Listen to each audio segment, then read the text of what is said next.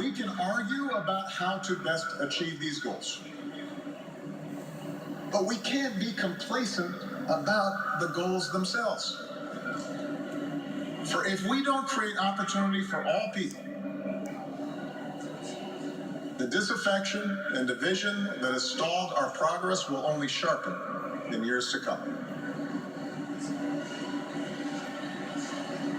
There's a second threat to our democracy, and this one is as old as our nation itself. After my election, there was talk of a post-racial America.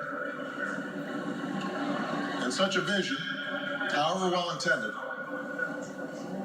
was never realistic.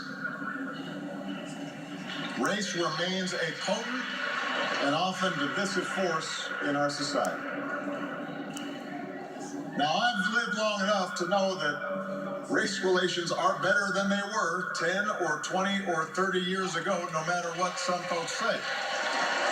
You can see it not just in statistics, you see it in the attitudes of young Americans across the political spectrum.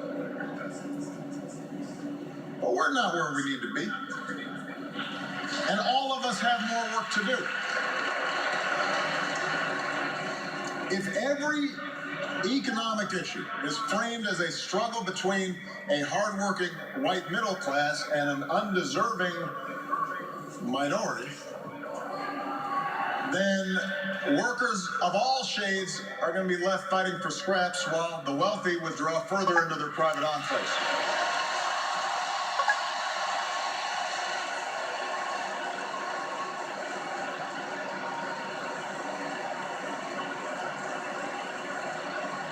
If we're unwilling to invest in the children of immigrants just because they don't look like us, we will diminish the prospects of our own children, because those brown kids will represent a larger and larger share of America's workforce.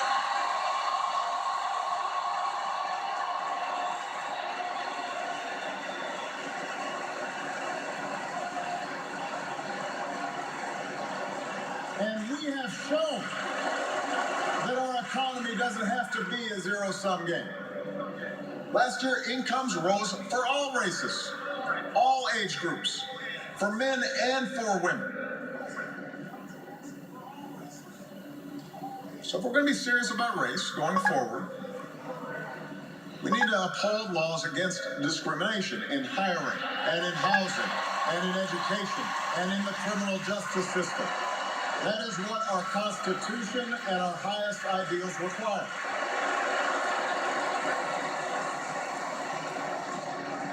But laws alone won't be enough. Hearts must change. They won't change overnight.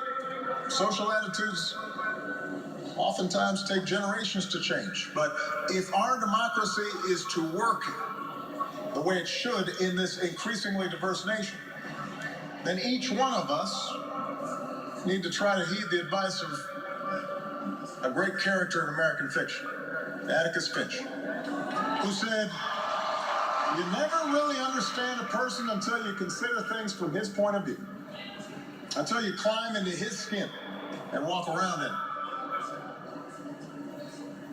For blacks and other minority groups, that means tying our own very real struggles for justice